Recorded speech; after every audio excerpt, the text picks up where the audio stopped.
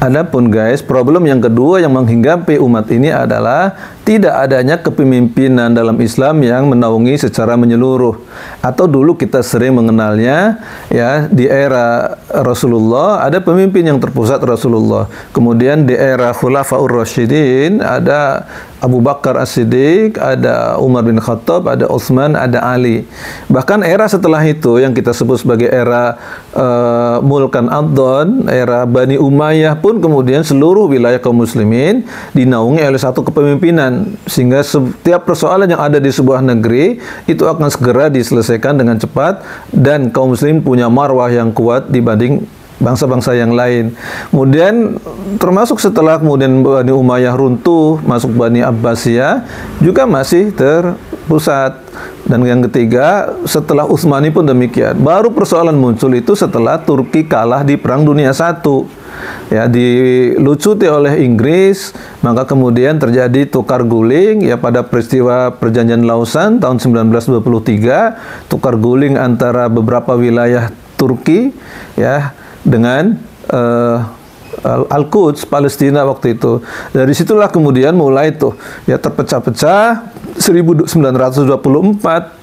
Turki Utsmani dibubarkan, maka berdirilah negeri-negeri muslim yang kecil-kecil dan kemudian mereka menggaungkan nasionalisme yang tidak ada lagi naungan di antara mereka.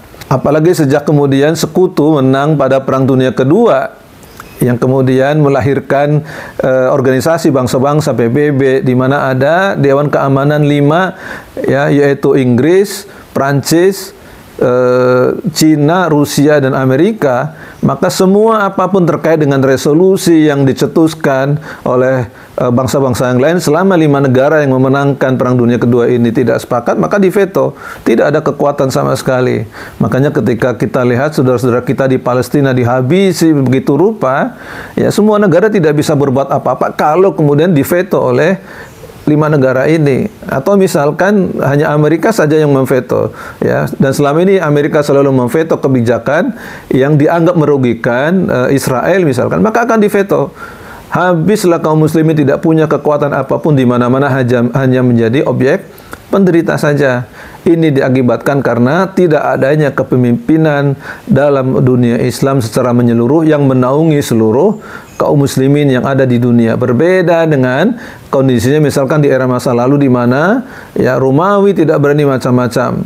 Ya, orang-orang Persia juga tidak berani macam-macam ya dengan kaum muslimin karena mereka punya naungan yang kuat baik di era Bani Umayyah atau era Khulafaur Rasyidin, Bani Umayyah, Abbasiyah, bahkan sampai di era Turki Utsmani sampai tahun 1924. Jadi ini problem yang kedua yang dihinggapi kaum muslimin, tidak adanya kepemimpinan secara menyeluruh di seluruh negeri-negeri muslim menjadikan kaum muslimin mudah tercerai-berai dan mudah dikotak-kotakkan oleh kepentingan-kepentingan bangsa yang lain.